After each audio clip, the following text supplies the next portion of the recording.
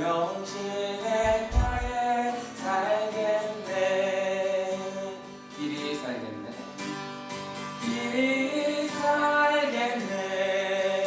나 길이 살겠네. 저 생명신의 땅에 살겠네. 길이 살겠네. 나 길이 살겠네. 저 생명신의 땅에 살겠네. 그 불과 구름 기둥으로, 그 불과 구름 기둥으로 인도하시니 나 가는 길이 영통하겠네. 그 요단강을 내가 지금 건너느게는 저 생명신의 땅에 살겠네. 길이 살겠네. 길이 살겠네. 나 길이 살겠네. 저 생명신의 땅에 살겠네. 길이 살겠네. 난 길이 살겠네. 저 생명신의 땅에 살겠네. 내 주린 영혼 만나겠어. 내 주린 영혼 만나로서 먹여주시니 그 양식 내게 생명 되겠네. 이후로 생명 양식 주와 함께 먹으며 저 생명신의 땅에 살겠네. 길이 살겠네. 길이 살겠네. 나 길이 살겠네. 저 생명신의 땅에 살겠네. 길이 살겠네. 나 길이 살겠네. 저 생명신의 땅에 살겠네. 이 시간 우리 예배를 위해서 다시 한번 묵상으로 기도하겠습니다. 함께 기도하겠습니다.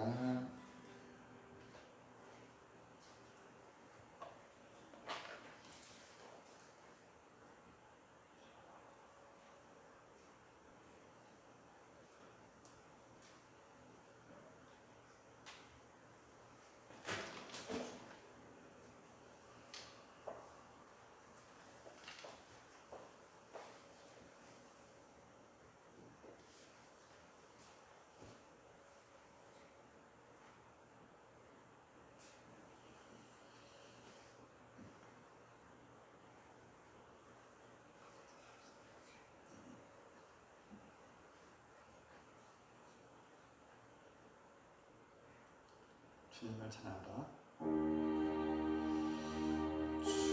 주님을 찬양하라. 온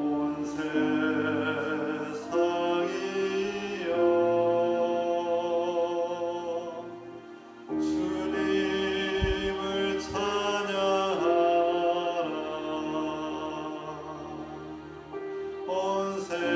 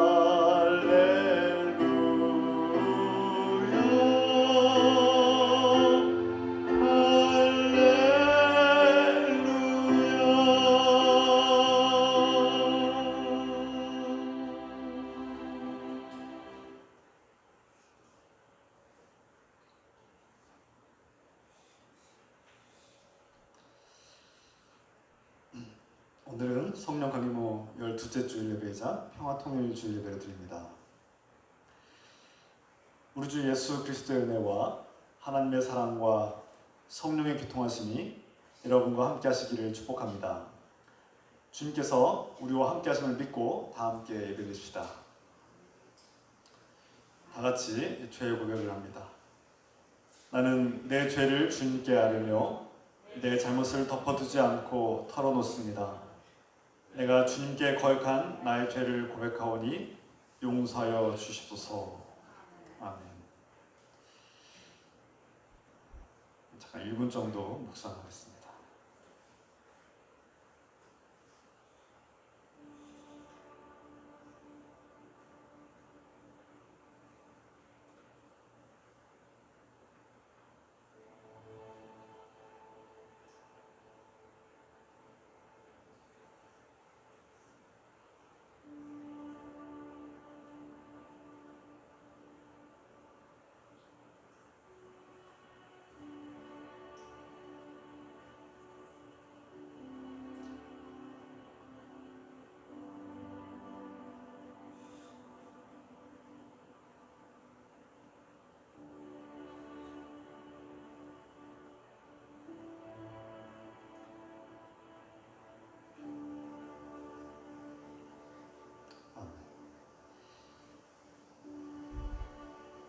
이제 그리스도 예수 안에 있는 자에게는 결코 정죄함이 없나니 이는 그리스도 예수 안에 있는 생명의 성령의 법이 죄와 사망의 법에서 너를 해방하였습니다. 이 말씀을 믿고 의지하여서 주님께서 우리의 죄를 용서하셨음을 믿고 감사드리며 우리 죄가 용서받았음을 선포합니다. 아멘. 우리의 죄를 용서하시는 주님의 은혜를 묵상하며 감사하며 침묵을 기도합시다.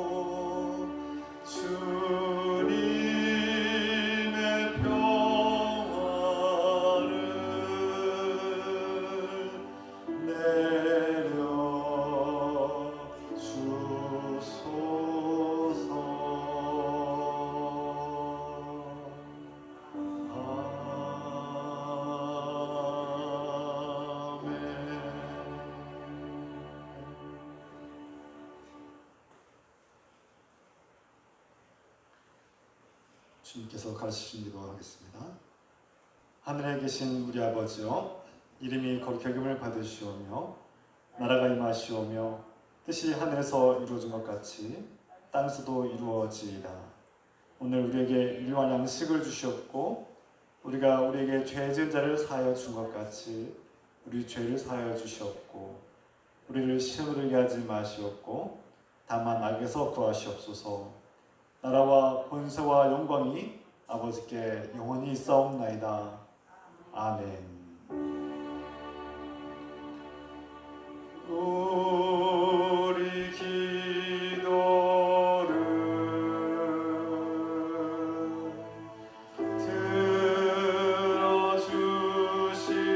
들어주시고 주님의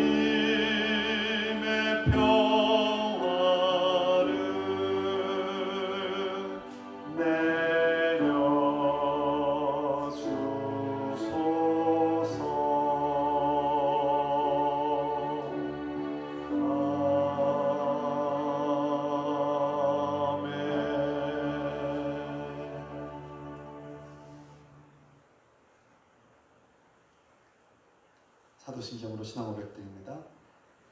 전능하사 천지를 만드신 하나님 아버지를 내가 믿사오며 그 아들 우리 주 예수 그리스도를 믿사오니 이는 성령으로 잉태하사 동정녀 마리아에게 나시고 본디오 빌라도에게 고난을 받으사 십자가에 못 박혀 죽으시고 장사한 지 사흘 만에 죽은 자 가운데서 다시 살아나시며 하늘에 오르사 전능하신 하나님 우편에 앉아 계시다가 저희로서 산자와 죽은 자를 심판하러 오시리라. 성령을 믿사오며 거룩한 공예와 성도가 서로 토한 것과 죄를 사하여 주신 것과 몸이 다시 사는 것과 영원히 사는 것을 믿사옵나이다. 아멘.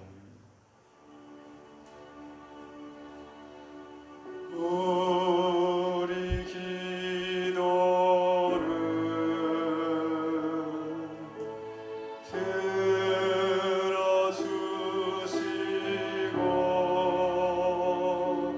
주님의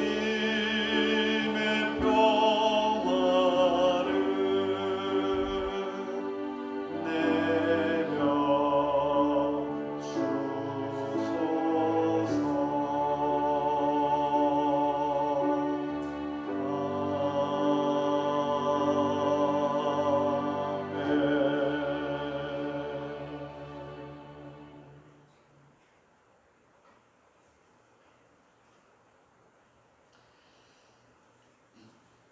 함께 기도하겠습니다. 감사 찬송드립니다. 감사 찬송 210장 찬송드립니다. 찬송 들으시면서 준비하시는 예물을 하나님께 드리겠습니다.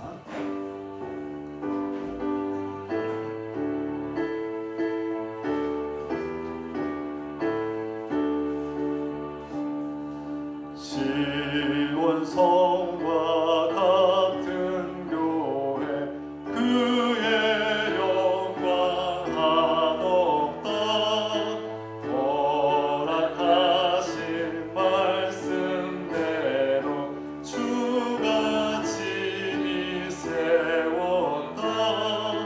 반석 위에 세운 교회 흔들 자가 누구랴. 모든 원수 애워싸도 아무 근심 없도다. 생명샘이 솟아나와 모든 성도 마시니 언제든지 일어나서 회전하니 이런 물이 흘러가니 목마를 자 누구랴. 주의 은혜 풍족하여 넘치고도 넘친다. 주의 은혜 내가 받아 시온 백성 되는데 세상 사람 비방해도 주를 찬송하리라. 세상 헛된 모든 영광 받지만 개 같으나 주의 자녀 받을 복은 영원 무궁하도다.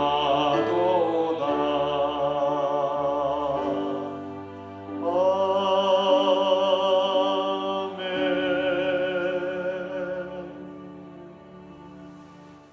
기도하겠습니다. 사랑하는 아버지, 주의 이름을 높이며 찬송을 경배합니다. 이 시간 우리 가운데 함께 하신 주님을 기뻐하며 감사드립니다.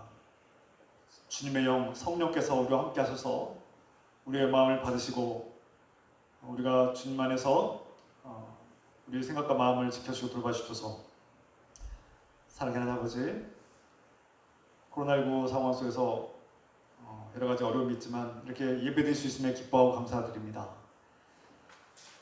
예배드리고 싶어도 드리지 못하는 상황에서 신음하고 고통하는 주의 자녀들을 주께서 기억하여 주시고 주님을 사랑하며 주님을 기뻐하며 예배자의 마음을 갖고 살게 하시옵소서. 주님, 이 시간 주님께서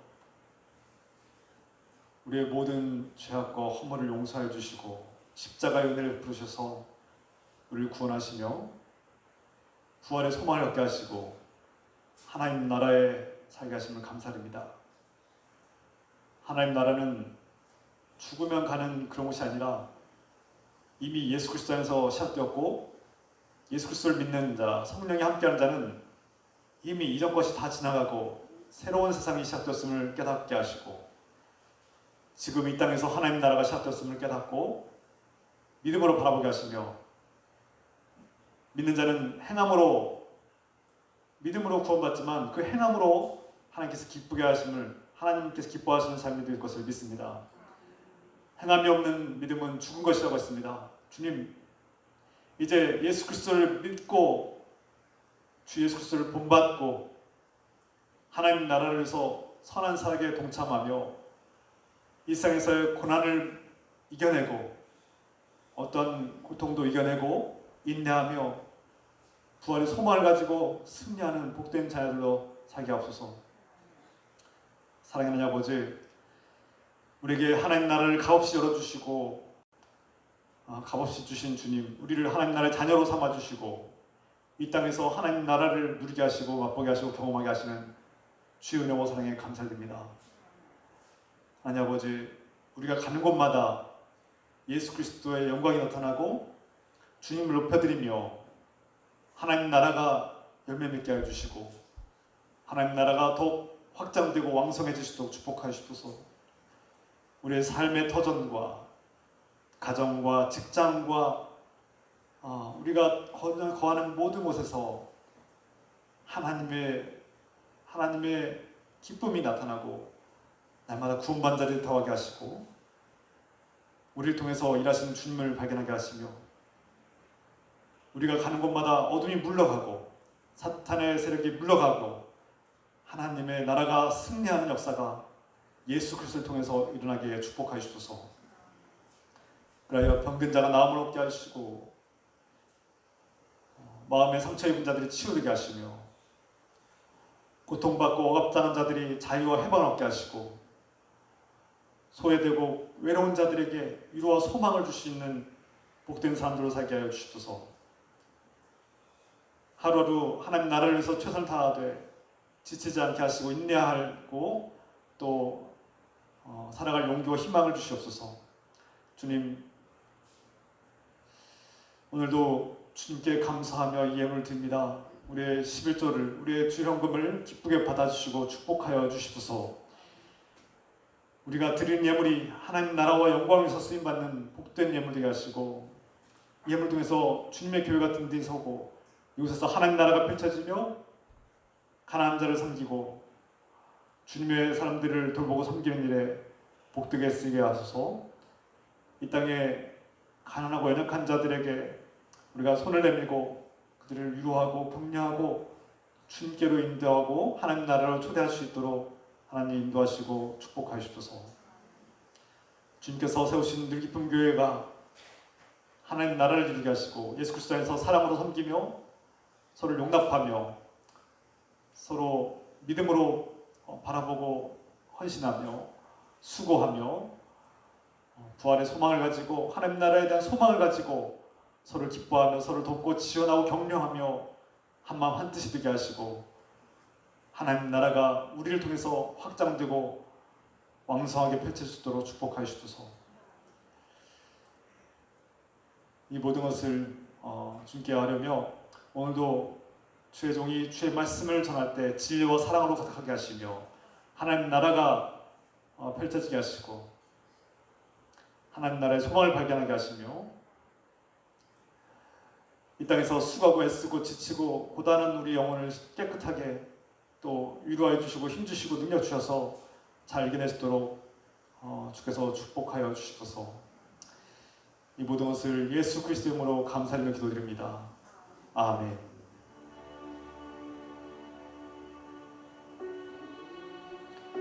우리 기도를 들어주시고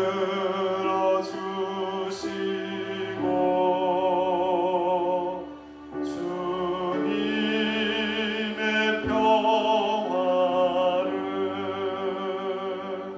내려 주소서.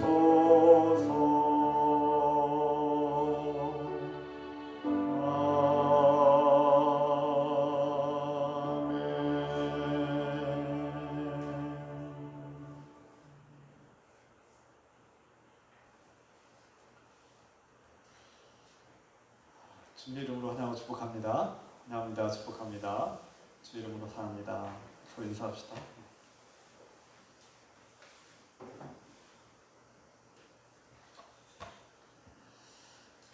한 주 동안 평안하셨는지요? 주 이름으로 환영하고 축복합니다. 우리가 지금 코로나19 사회적 거리두기 4단계 상황에서 대면 예배 지금 10% 참석 인원으로 드리고 있습니다. 그래서 1부, 2부 예배를 드리고 있고요. 제가 공지를 어제 좀 고민하다가 예배 순서지에 만났네요. 제가 10시 좀 10분, 20분에 좀 이렇게 하려고 했는데 저도 익숙하지 않고 여러분도 익숙하지 않은 것 같습니다.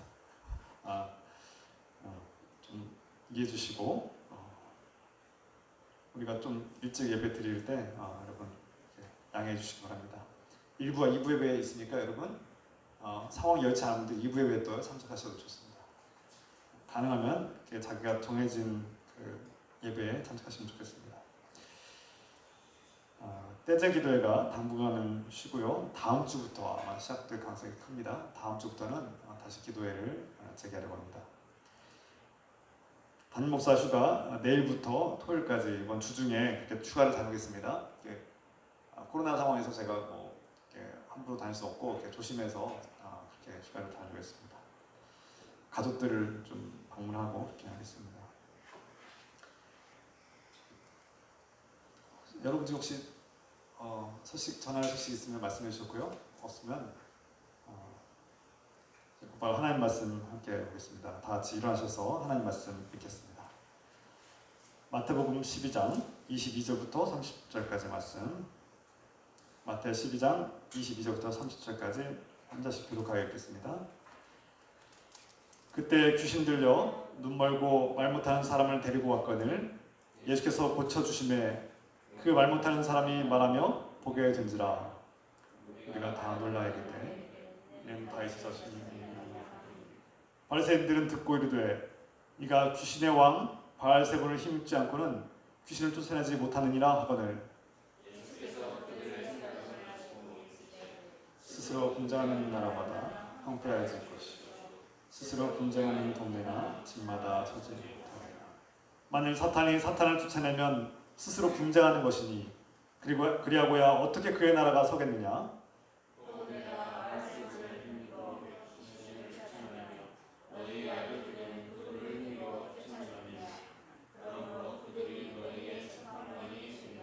그러나 내가 하나님의 성령을 힘입어 귀신을 쫓아내는 것이면 하나님의 나라가 이미 너희에게 임하였느니라.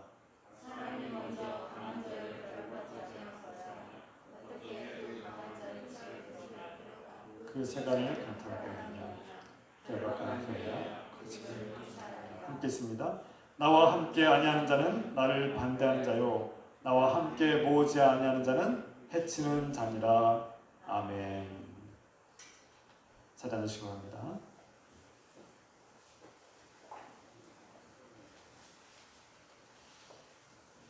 최근 들어 직장인들이 회사에서 또 직장과 사회생활하면서 다양한 스트레스를 겪고 또 신앙적인 갈등과 어려움을 겪는다는 것을 새삼스럽게 느끼고 있습니다. 그리스도인이기 때문에 그런 고민을 하고 갈등을 겪는 것이죠. 그리스도인이기 때문에 내가 이런 행동을 해도 옳은지 정말 내가 그리스도인답게 살고 있는지 교회에서만이 아니라 직장과 가정과 사회생활 속에서도 내가 그리스도인답게 살고 있는가에 대해서 질문하고 자신에게 질문하고 점검하고 고민하는 것은 매우 중요한 일입니다. 그리스도인들은 교회에서만 그리스도인이 아니라 내가 가는 모든 곳에서, 내가 일을 하는 곳에서, 가정에서, 내가 만나는 사람들 가운데서 그리스도인답게 하나님 나라를 펼쳐가는 사람이 되어야 마땅하죠. 그래서 우리가 앞에서 기도할 때도 그렇고 지난주에도 말씀드렸듯이 우리가 그리스도인으로서 회사 동료들과 어떤 관계를 맺어야 할지, 때로는 회사에서 회식할 때 술을 마셔야 되는지 말아야 되는지, 또 회사 일 때문에 내가 예배나 봉사를 빠질 때, 또 소리할 때 참 갈등하게 되고 이것이 옳은 일인가에 대해서 고민하게 된 것이죠. 거기서 오는 유혹들, 또 때로는 죄책감, 좌절감들이 있을 것입니다.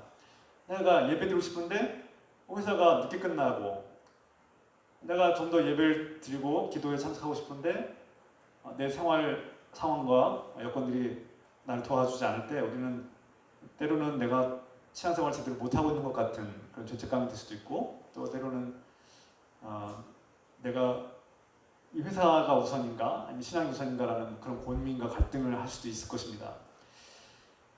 이런 고민을 하는 사람들은 그나마 건강한 그리스도인들입니다. 이런 고민을 전혀 하지 않고 그저 일주일에 한 번 정도 상황이 되면 예배드리고 주일 예배 한 번만으로 그냥 만족하고 나는 구원 받았다, 나는 예수 믿고 이제 구원 받고 죽으면 천당 간다, 이런 생각을 가지신 분들은 이런 고민도 하지 않을 겁니다. 그냥 나도 기독교인이야, 나도 기독교인이고 내가 일주일에 한 번 예배 드리면 됐지, 또 어쩌다 빠지면 어때, 내가 그래도 예수 믿으면 구원 받을 텐데, 내가 교회 예배 생활 안 하고 교회 안 가고 말씀 안 읽고 무슨 문제야, 내가 예수 믿으면 구원 받고 천당 간다는데 무슨 죽으면 천당 가면 되지, 내 마음대로 평생 살다가 마치 예수님의 그 십자가 옆에 있던 한 강도처럼 평생 내 마음대로 살다가 죽기 직전에 내가 예수 믿습니다 하고 믿고 고백하면 천당 가겠지, 그렇게 생각하시는 분들이 간혹 있다는 겁니다. 그것은 매우 어리석은, 매우 위험한 생각입니다. 기독교인답지 않은, 성경을 전혀 알지 못하는 그런 어리석은 그리스도인이라고 할 수 있습니다. 과연 그런 생각이 하나님께서 기뻐하시는 생각일까요? 하나님께서 기뻐하시는 삶을 사는 걸까요? 그러면 어렸을 때부터 평생을 하나님을 믿고 섬긴 사람들은 그러면 손해보는 걸까요? 적당히 일주일에 한 번 정도는 예배 생활하고, 그것도 하면 좋고 안 하면 말고, 적당히 내가 하고 싶은 거 다 누리고 여행 가고 즐기고 남들이 하는 거 다 하고 사는, 믿는 사람과 믿지 않는 사람이 전혀 구별되지 않는 삶이 과연 정상적인 그리스도인이라고 할 수 있을까요? 그런데 오늘날 한국의 많은 그리스도인들이 그렇게 살고 있다는 겁니다. 의외로 많은 그리스도인들이 나는 예수 믿는다, 내 머릿속에 예수 믿는다라고 관념적으로 믿고 현실과는 괴리된 삶을 살고 있고 자기 마음대로 인생을 산다는 것입니다. 그리고 자기는 죽으면 천당 간다고 믿는 것입니다. 이것은 이런 생각은 이단입니다. 이단들이 가르치는 생각이에요.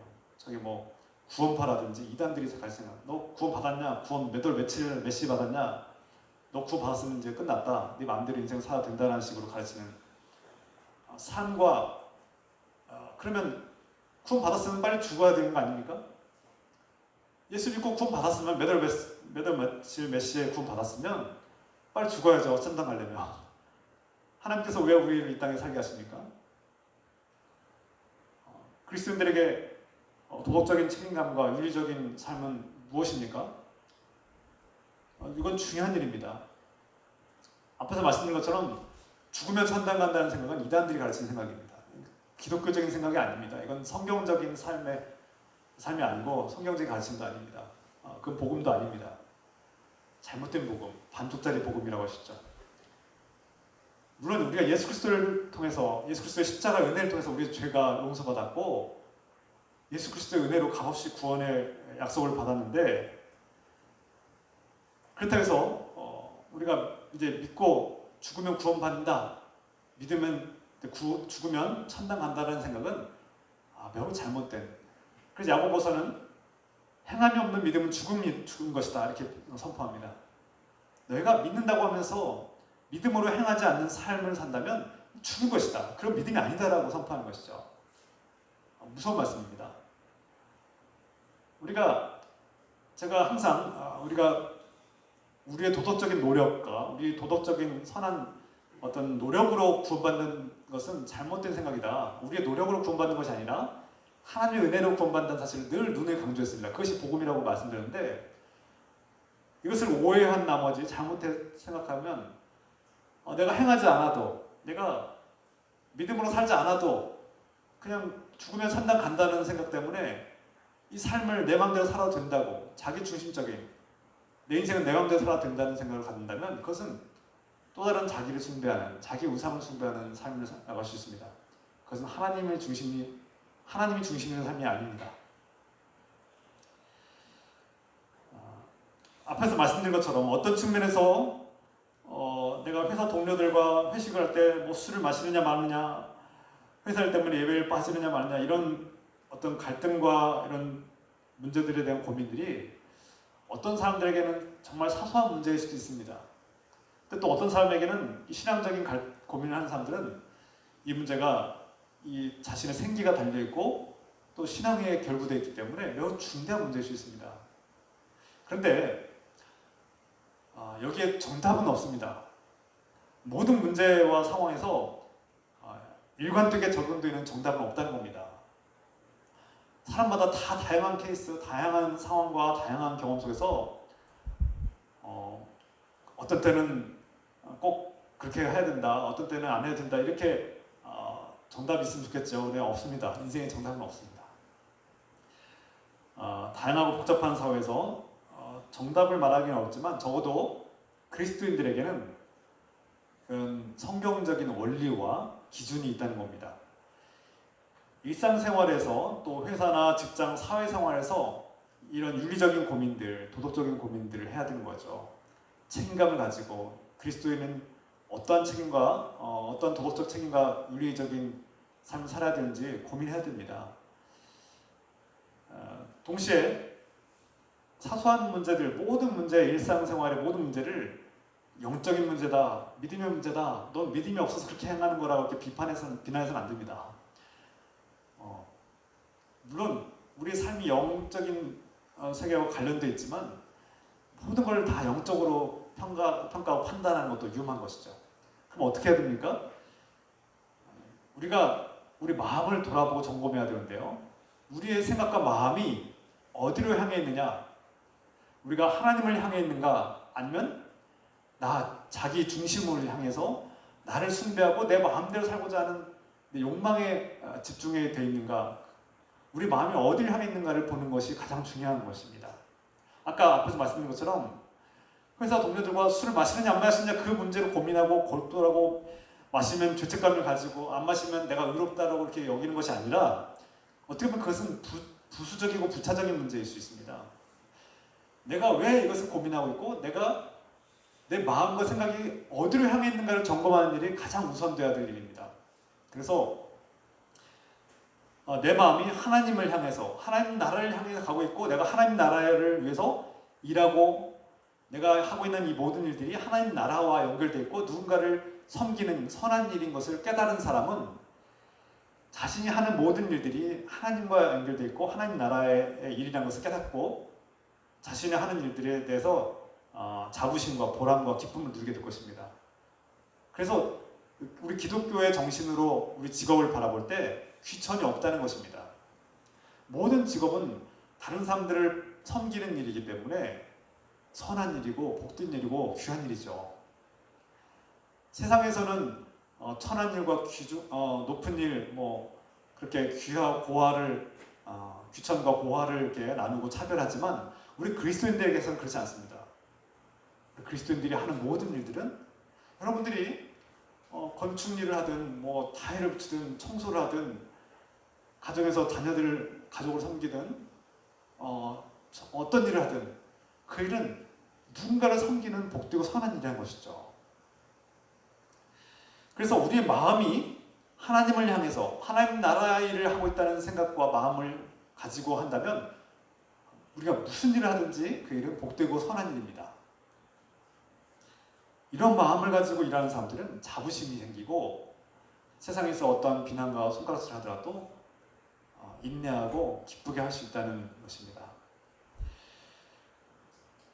교회 사역이나 봉사를 더 많이 해야 선한 일이고 목사님이나 교회에서 하는 사역은 선한 일이고 하나님 나라 일이고 내가 밖에서 내가 뭐 철을 자르고 문짝을 만들고 타일 붙이는 일이 이것은 낮은 일인가? 그렇지 않습니다. 그것 다 하나님의 일이란 것입니다. 누군가는 해야 될 그 일을 하나님께서 각자의 달란트와 역량에 맞춰서 그 역할과 사명을 주신 것이죠. 그래서 우리가 그 직장과 회사와 사회생활을 할 때 어떤 복잡하고 다양한 이 상황 속에서 우리가 늘 생각해야 되고 점검해야 될 일은 내 마음이 어디를 향해 있는가, 하나님께를 향해 있는가, 하나님 나라 일을 하고 있다고 생각하고 있는가, 그것을 늘 점검해야 하는 것입니다. 그래서 내가 하나님 나라와 하나님 일을 할 때 어떻게 행동하고 어떤 방식으로 어떤 태도로 그 일을 하고 있는가, 그것을 점검하는 것이 중요합니다.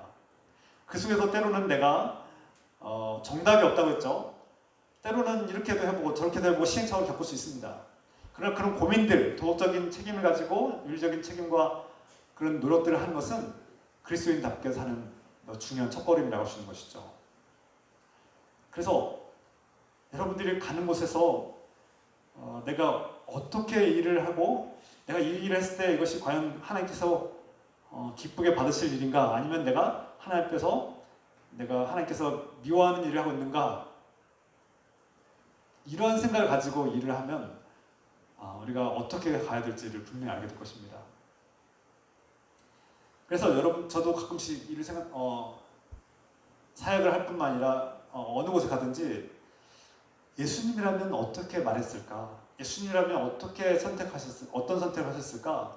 예수님이라면, 예수님께서 지금 이 상황에 나와 같이 있었다면 어떻게 행동하셨을까? 저는 종종 자주 이렇게 저에게 질문하고 또 그런 고민들과 생각을 하게 됩니다.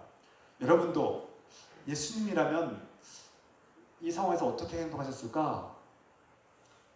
자신을 돌아보려고 합니다. 우리가 그리스도인답게 하나님 나라를 선택하고 그리스도인답게 살아가려면 때로는 대가를 치르기도 하죠. 우리가 살고 있는 이 세상은 죄악의 세력이 유혹하고 사탄 마귀가 우리를 유혹하는 세상입니다. 그래서 죄가 들어온 이 세상은 하나님께서 창조하신 온전한 세상이 망가지고 고장나고 부서진 세상이죠. 그래서 우리가 의로운 선택을 하고 하나님께서 기뻐하시는 일을 할 때 고난이 찾아옵니다. 다음 시간에 또 나누겠지만, 그래서 그리스도인들은 이 하나님 나라를 소망하고 하나님 나라 일을 하는 그리스도인들은 고난을 인내해야 되는 삶에 처하게 되죠.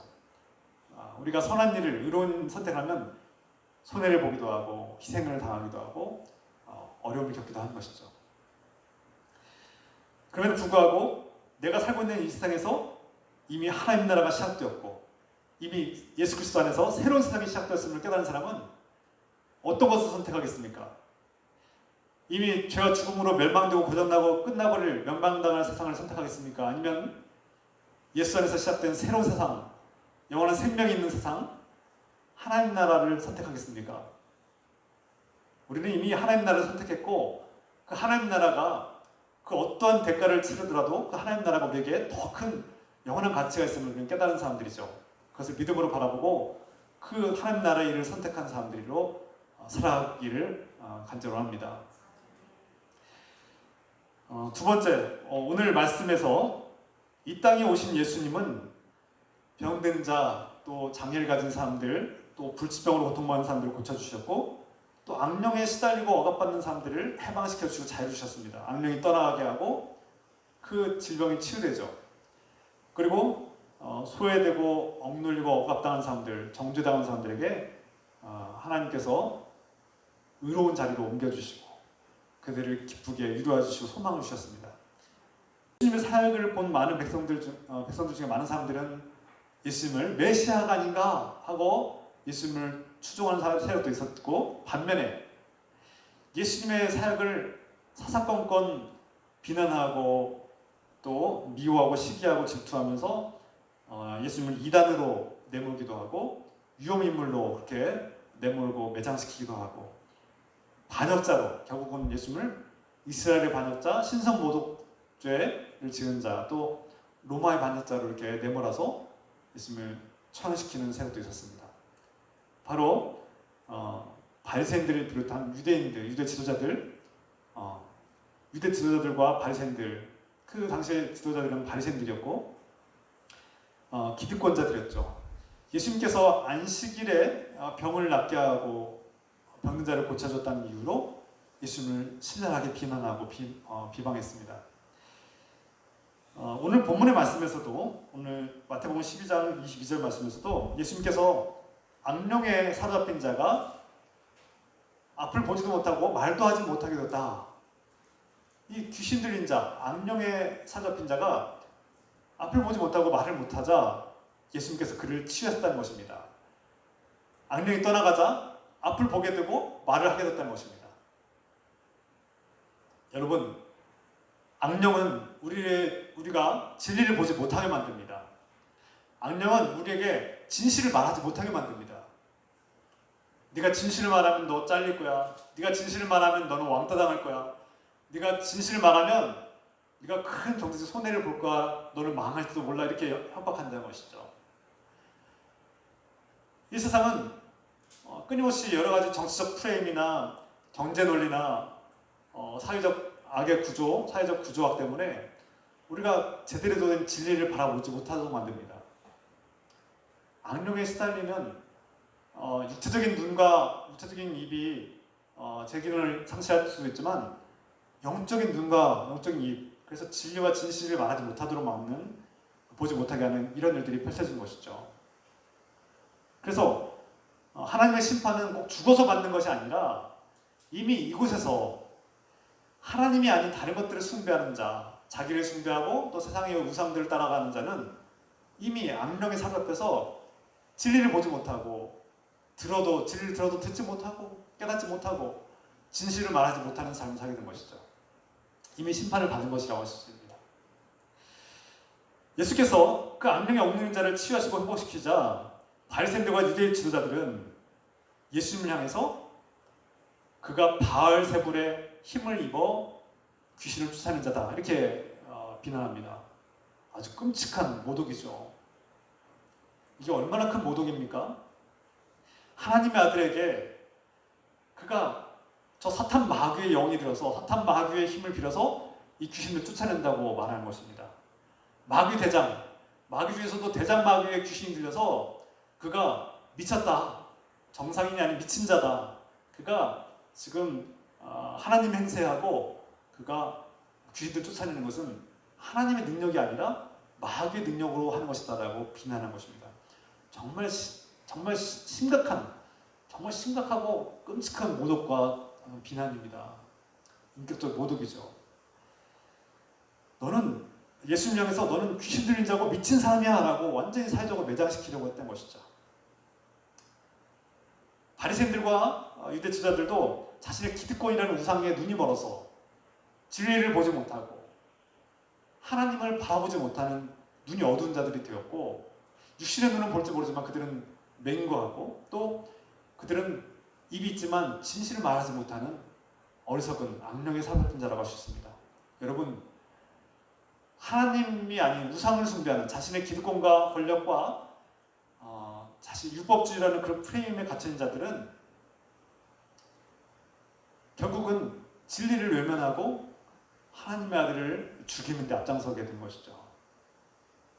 우리가 하나님을 모르고 예수 그리스도를 모르는 그리스도인이라고 하면서도 오랜 생활 동안 교회에서 예배 생활을 하면서도 불구하고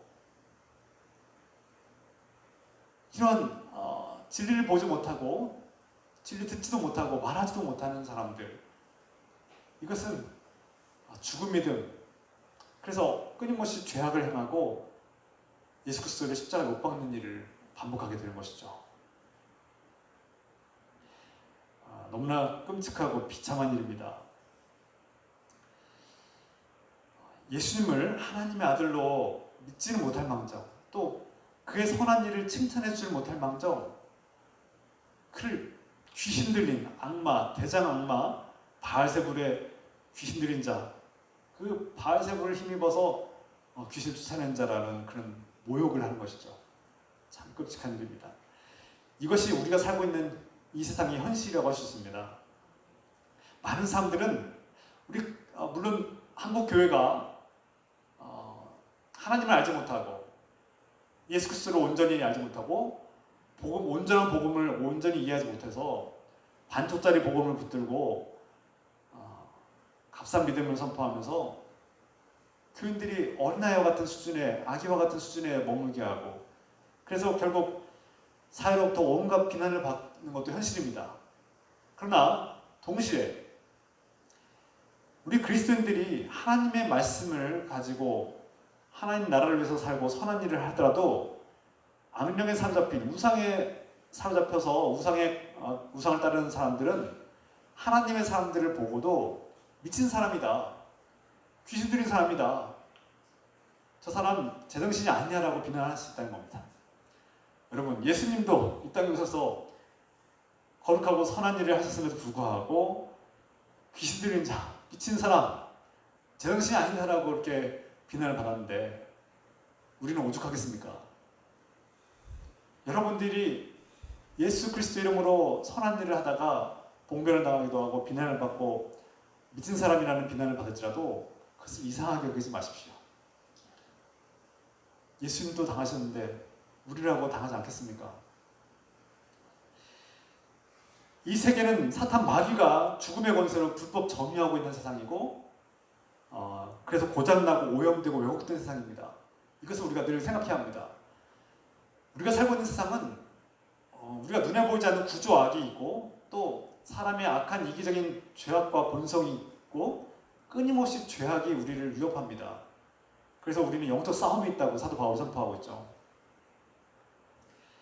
그러나 하나님 아버지께서는 이 고장나고 부서진 세상을 치유하고 회복하기 위해서 이 땅에 메시아를 보내주셨습니다. 메시아 예수 그리스도께서 이 땅에 오셔서 이 고장나고 부서진 세상, 사탄 마귀가 망가뜨린 이 세상을 회복하고 치유하기 위해서 우리가 지금 예수께서 이 땅에 오셨다는 것이죠. 네, 어서 오십시오. 네. 그래서 예수님께서 이 땅에 오셔서 가는 곳마다 악령들이 떠나갑니다. 예수님께서 악령을 찾아가신 것이 아니라 가는 곳마다 빛 대신 예수 그리스도께서 가시면 어둠인 악령들이 떠나가는 거죠. 악령들이 빛이 오자 어둠이 떠나가는 것처럼 예수님께서 가는 곳마다 악령들이 떠나갑니다. 그리고 앞을 보게 되고 말하게 되는 놀라운 역사가 펼쳐진 것이죠. 그리고 예수 그리스도를 만난 사람들은 예수 그리스도와 함께하면 우리가 정의를 말하고 진실을 말하게 되고, 그리고 진리를 제대로 보게 됩니다. 무엇이 죄이고 무엇이 선한 일인지 분별하기 시작하죠. 예수님께서 메시아로서 이 땅에서 그 사역을 시작할 때 이미 하나님 나라가 시작된 것입니다. 회개하라, 하나님 나라가 가까이 왔다, 이 말씀은 이미 하나님 나라가 시작되었다는 뜻입니다. 그리고 오늘 말씀에도 예수께서 선포하시죠. 28절 말씀 같이 읽겠습니다. 28절. 그러나 내가 하나님의 성령을 힘입어 귀신을 쫓아내는 것이면 하나님의 나라가 이미 너에게 임하였느니라. 죄송합니다. 네, 마이크. 내가 하나님의 성령을 힘입어 귀신을 쫓아내는 것이면 이미 하나님 나라가 너에게 임하였다는 것입니다. 하나님 나라가 죽으면 가는 것이 아니라 이미 여기서 시작됐다는 거예요. 메시아 예수 그리스도가 이 땅에 오신 이후 그때부터 이미 하나님 나라는 시작된 겁니다. 이전 것은 다 지나가고 이미 새로운 세상이 시작됐다는 것입니다. 그러니까 이 말씀을 의지해서 우리가 볼 때 하나님 나라, 예수께서 하신 그 모든 사역을 한마디로 요약하면 하나님 나라 사역이었고, 또 사도 바울은 하나님 나라의 일을 전하였고 예수 그리스도의 일을 전하였다, 이렇게 성경에 선포하죠. 사도행전을 보면 내가 하나님 나라의 일을 선포하였고 예수 그리스도에 관한 일을 선포하였노라, 이렇게 말씀합니다. 하나님 나라는 죽으면 가는 것이 아니라 이미 이 땅에서 시작된 것을 우리가 명심해야 합니다. 이것을 깨달아야 합니다. 그리고 이런 맥락에서 예수님은 내가 세상을 이미 이겼노라 이렇게 선포하신 것이죠. 예수님께서 29절에서 비유를 하나 드시죠. 도둑이 어느 집에 가서 도둑질을 할 때 그 집안의 집안의 집주인들을 결박하고 제압한 후에야 도둑질을 하지 않겠느냐 이렇게 비유를 드십니다. 마찬가지입니다. 예수님께서 사탄이 불법 점유하고 있는 이 세상에서 그 하나님의 사탄 마귀의 노예들을 하나님 나라의 백성으로 해방시키고 자유케 하시는데 하나님 나라를 이렇게 펼쳐가고 있는데 사탄 마귀를 제압하지 않고서 어떻게 가능하겠느냐 이 말씀하고 있는 거예요. 그러니까 유대인들이 바리새인들과 그 지도자들이 예수님을 비방했을 때 그가 바알세불의 힘을 입어 귀신을 쫓아낸 것이 아니냐 이렇게 비난했을 때 무슨 소리 하느냐, 나는 이미 사탄 마귀를 제압하고 그를 이겼노라. 요한복음 16장에서 마지막 절에 선포하시죠. 너희는 환난을 당하겠으나 두려워하지 말아라. 내가 이미 세상을 이겼노라고 선포하십니다. 바로 이런 의미에서 말씀하신 것이죠. 아직 완성된 것은 아니지만, 아직 사탄 마귀를 완전히 다 끝내신 것은 아니지만 이미 사탄이 물러갔다는 것을, 이 사탄을 제압하고 이미 이 땅에 불법 점유하고 있는 사탄의 이 노예로 살고 있는 사람들을 하나님 나라로 이미 움직이시고 이동하시고 이 하나님 나라를 초대하셔서 사람들이 하나님 나라로 몰려들게 되는 것이죠. 하나님 나라가 우리에게 침투한 것입니다. 하나님 나라는 이미 이 세상에서 펼쳐지고 시작되었습니다. 그러나 아직 완성된 것은 아닙니다. 예수님께서 다시 오시면 그 마지막 때에 완전한 세상이 펼쳐지고 하나님 나라가 온전해질 것입니다. 여전히 사탄 마귀가 이 세상에서 죄악과 권세, 악의 세력의 권세가 기승을 부리고 있습니다. 그러나 메시아 예수 그리스도를 믿는 사람들은, 우리 그리스도인들은 예수께서 사탄 마귀를 이미 제압하셨고 우리 안에 이미 하나님 나라가 시작된 것을 깨달은 사람들이 서로를 사랑하고 모이기를 힘쓰고 서로 격려하고 이 하나님 나라가 이 악한 세력, 어둠의 세력을 이기고 승리하기를 갈망하는 사람들이 함께 싸우는 곳, 그것이 바로 교회입니다. 예수를 믿고 우상을 버리고 하나님께로 돌아온 사람들, 내가 이 세상의 우상을 버리고 하나님만을 섬기겠다고 하나님을 선택하고 하나님께로 돌아온 사람들이 이 하나님 나라를 펼쳐가고 이 모임에서, 이 에클레시아, 하나님의 사람들이 모인 곳에서 하나님 나라를 펼쳐가겠다고 오늘도 수고하고 애쓰는 사람들의 이 모습이 바로 교회인 것입니다. 오늘은 8.15 광복절 기념주일이기도 합니다. 평화통일 기념주일로 드리는데요. 우리가 35년 6개월 동안 일본의 식민 지배로 살 때 일제가 물러가고 해방되는 역사적 사건을 기념하는 날이죠. 일본의 억압과 짓밟힘 속에서 고통받던 이 대한민국은 이제 해방과 자유를 얻었음을 그 사건을 통해서 우리는 기억하고 있습니다. 1945년 8월 15일 일본은 패망했고 완전히 물러갔습니다. 이제 자유의 나라가 시작된 것이죠. 더 이상 일본인들을 두려워하거나 공포에 떨면서 지내지 않아도 됩니다. 물론 한동안 일본의 잔존 세력들, 친일파와 같은 세력들이 우리 대한민국을 억압하고 또 이렇게 혼돈하게 만들고 여전히 그 악한 역할을 했죠. 그렇다고 해서 우리에게 자유가 선포되었음을, 우리가 이미 자유가 시작됐음을 외면해서 안 되는 것입니다. 이미 우리가 자유를 얻고 해방된 이 시대를 선포해야 하는 것이죠. 우리가 일본으로부터 자유를 얻었다, 이제 새로운 시대가 시작되었다라는 것을 얘기해야 됩니다. 선포하고 전해야 됩니다. 누군가가 아직도 일본을 두려워하고 일제가 우리를 억압하는 일제를 두려워하고 아직도 자유를 누리지 못하고 두려움에 억압받으면서 살고 있다면 얼마나 불행합니까? 그래서 그 사람들에게는 빨리 가서 일제가 다 물러갔고 이제 이 세상은 해방된 자유세상이 시작됐고 이제 우리가 새로운 시작을 시작하면 된다라는 것을 말해줘야 됩니다. 마찬가지입니다. 이미 사탄이 불법 점유하고 있는 세상에 이 불행과 절망의 죽음의 시대 세상에서 하나님 나라, 생명의 나라, 새로운 시대가 시작됐다는 것을 알려줘야 합니다. 이 기쁜 소식을 전해야죠. 예수 믿고 그냥 죽으면 하나님 나라 가니까 적당히 일주일에 한 번 뭐 드리면 좋고 안 드리면 말고 내가 예수 믿고 죽으면 하나님 나라 가지, 죽을 때쯤 돼서 내가 예수 그리스도 믿는다고 고백하고 하나님 나라 천국 가면 되지 라고 생각하는 사람도 있습니다. 매우 잘못된 생각이라고 말씀드렸죠. 아까 앞에서. 네. 오늘날 우리에게 이미 사탄 마귀가 힘을 잃고 그의 세력이 다 무너지고 하나님 나라가 우리 안에 펼쳐지고 있고 예수 그리스도를 통해서 하나님 나라가 이미 시작됐다는 것을 선포하고 가르치고 또 알려줘야 될 의무가 있다는 것입니다. 이것이 교회가 해야 될 일이고 우리 그리스도인들이 해야 될 일입니다. 오늘 말씀과 관련해서 제가 한 인물을 소개하려고 합니다. 일본은 미국 진주만을 공격하고 또 동시에 필리핀과 아시아 국가들, 여러 인도네시아를 비롯해서 여러 국가들을 이렇게 공격했습니다. 그러나 얼마 지나지 않아서 일본은 패망했죠. 연합군에 의해서 패망합니다. 그런데 필리핀의 루방섬이라는 그 한 정글에서 이 오노다 히로라는 소위가 일본이 연합군에 의해서 패망한 사실을 모르고 여전히 그 정글 숲에서 자기의 부대원 몇몇과 끊임없이 전쟁을 하고 있었습니다.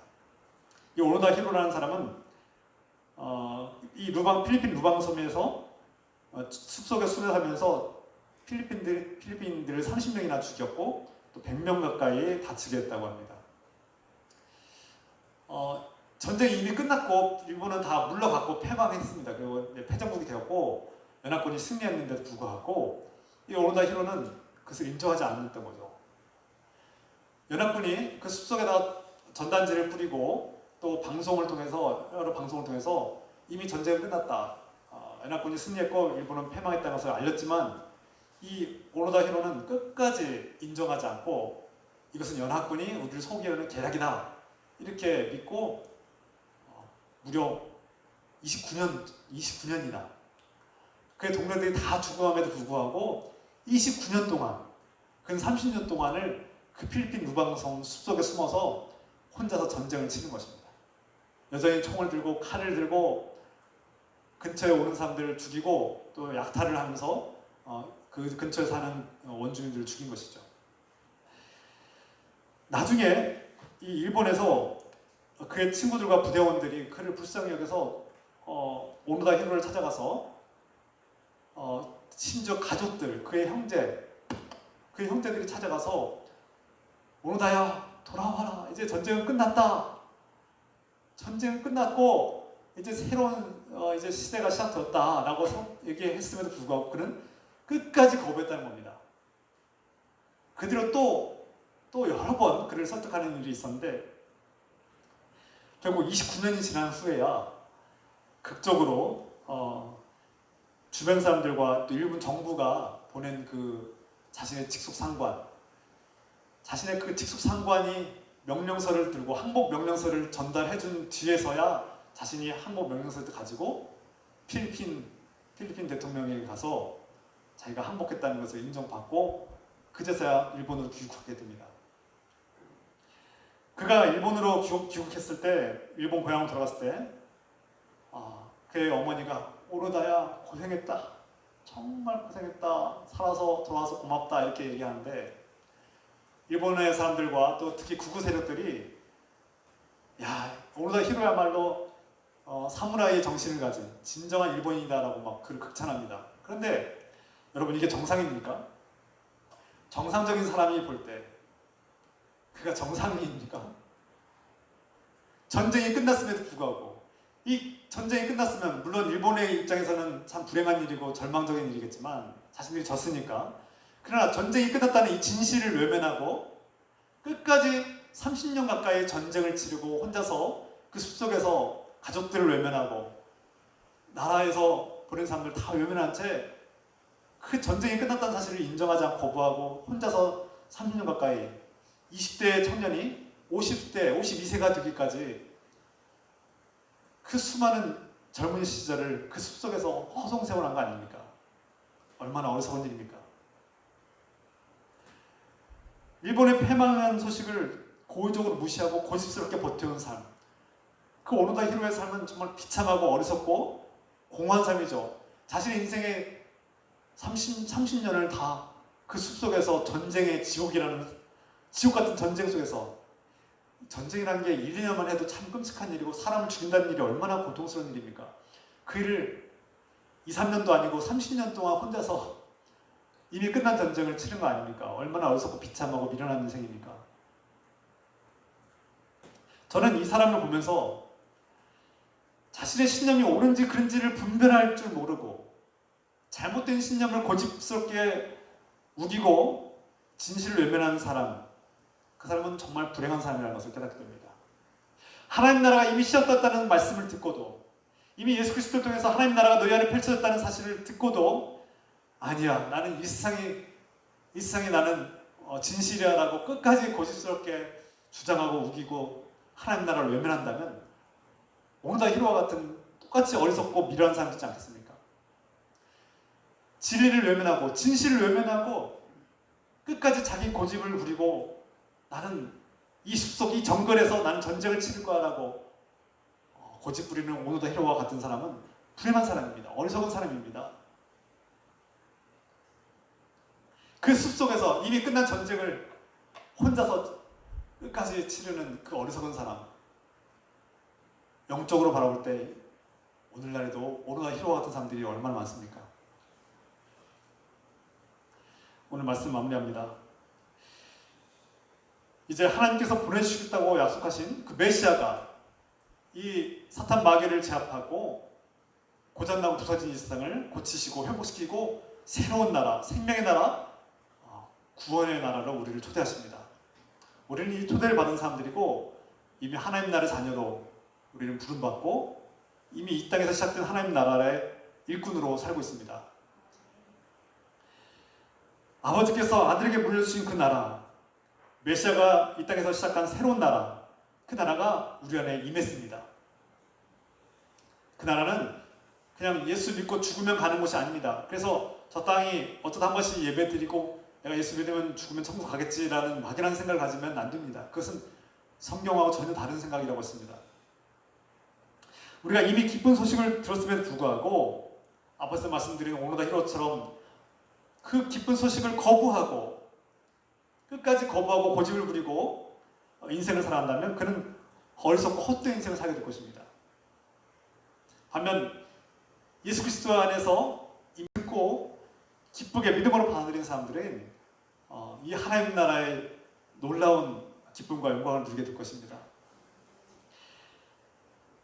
하나님 나라는 우리는 이미 하나님 나라를 받아들인 사람들이고 그 하나님 나라를 받아들인 사람들이 모여서 그 하나님 나라를 기뻐하고 또 하나님 나라의 일을 하느라고 수고하는 여러분들이 이 땅에서 각계전투를 하는 것이 아니라 혼자서 하는 것이 아니라 서로 격려하고 위로하고 서로 힘주고 서로를 돌보고 섬기기 위해서 이 자리에 모였습니다.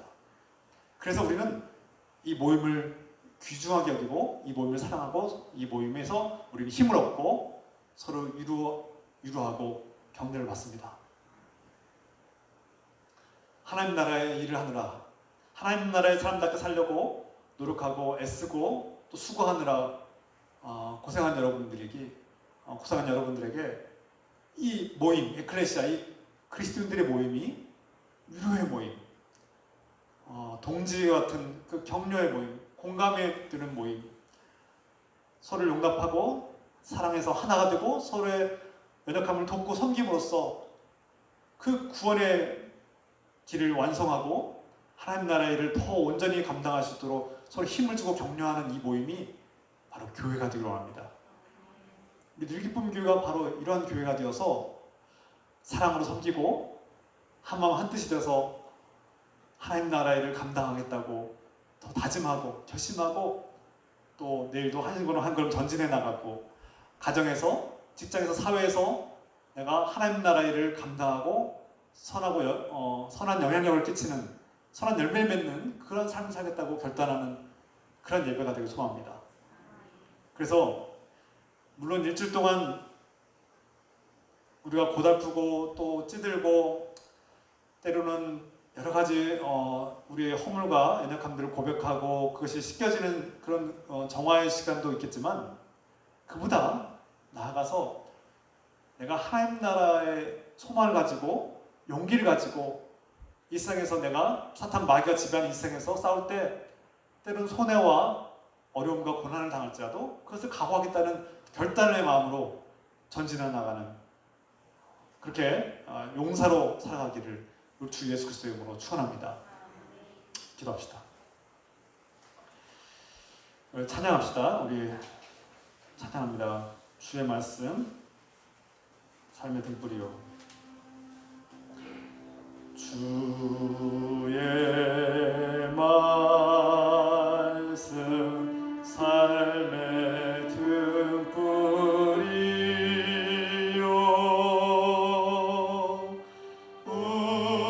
우리 앞길에 빛이시라.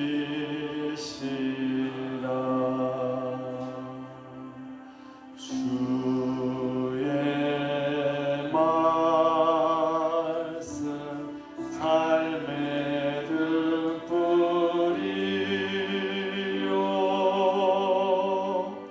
우리 앞길에 빛이시라.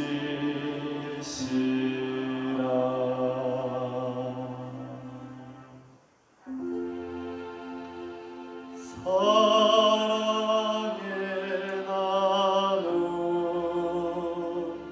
있는 곳에 하나님께서 계시도다. 사랑의 나눔 있는 곳에 하나님께서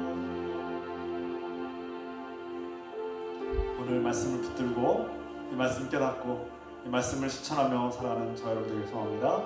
우리 안에 하나님 나라가 이미 시작되었음을 깨닫고 그 하나님 나라의 선한 일을 하고 또 선한 영향력을 끼치는 복된 사람들로 살기를 소망하며 기도하겠습니다.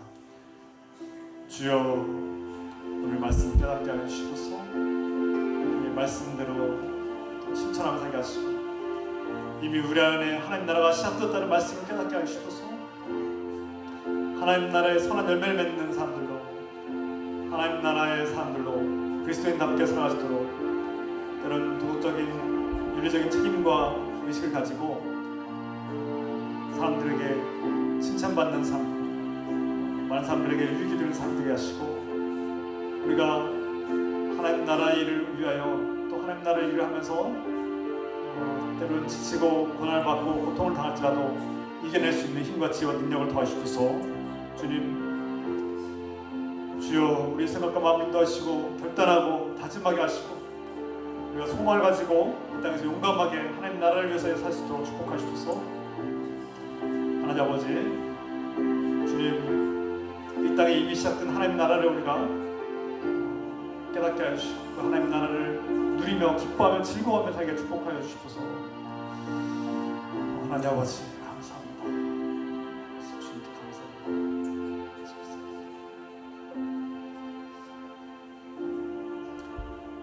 사랑하는 아버지, 우리가 우상을 숭배하고 악령의 지배를 당할 때는 진리를 보지 못하고 진실과 사랑을 말하지 못했습니다. 그러나 예수 그리스도께서 메시아께서 임하시면 우리가 진리를 보고 진리를 말하며 사랑과 진실을 선포하게 됩니다. 주님, 우리 안에 메시아가 임하면 이미 하나님 나라가 시작되었고 우상이 떠나가고 하나님 나라가 펼쳐지며 하나님 나라 영원한 생명의 역사가 새로운 세상이 시작됨을 깨닫습니다. 이전 것은 지나가고 이제 하나님 나라가 새로운 세상을 열어주실 줄 믿습니다. 주님, 하나님 나라는 죽으면 가는 그런 천당이 아니라 이미 이 땅에서 지금 이곳에서 내 안에서 시작되었고 우리 가운데 시작되었음을 깨닫고 그 하나님 나라를 선택하고 하나님 나라로 부름받은 자들이 모여서 함께 예배드리고 서로 격려하고 돕고 섬기는 이 교회가 정말 하나님의 나라가 되게 하시고 지금 이곳에서 이 예배 가운데서 하나님 나라를 누리고 경험하는 복된 시간 되게 하여 주시옵소서. 이제는 우리에게 하나님 나라를 초대하시고 하나님 나라의 자녀로 불러주신 우리 주 예수 그리스도의 크신 은혜와 하나님 아버지의 끝없는 사랑하심과 우리에게 하나님 나라 안에 살게 하시고 그 하나님 나라의 일을 감당하게 하시는 성령님의 교통과 역사하심이 우리 늘기쁨교회 모든 성도들과 가정과 일터 위에 지금부터 영원토록 함께 해주시기를 간절히 축원하옵나이다. 아멘.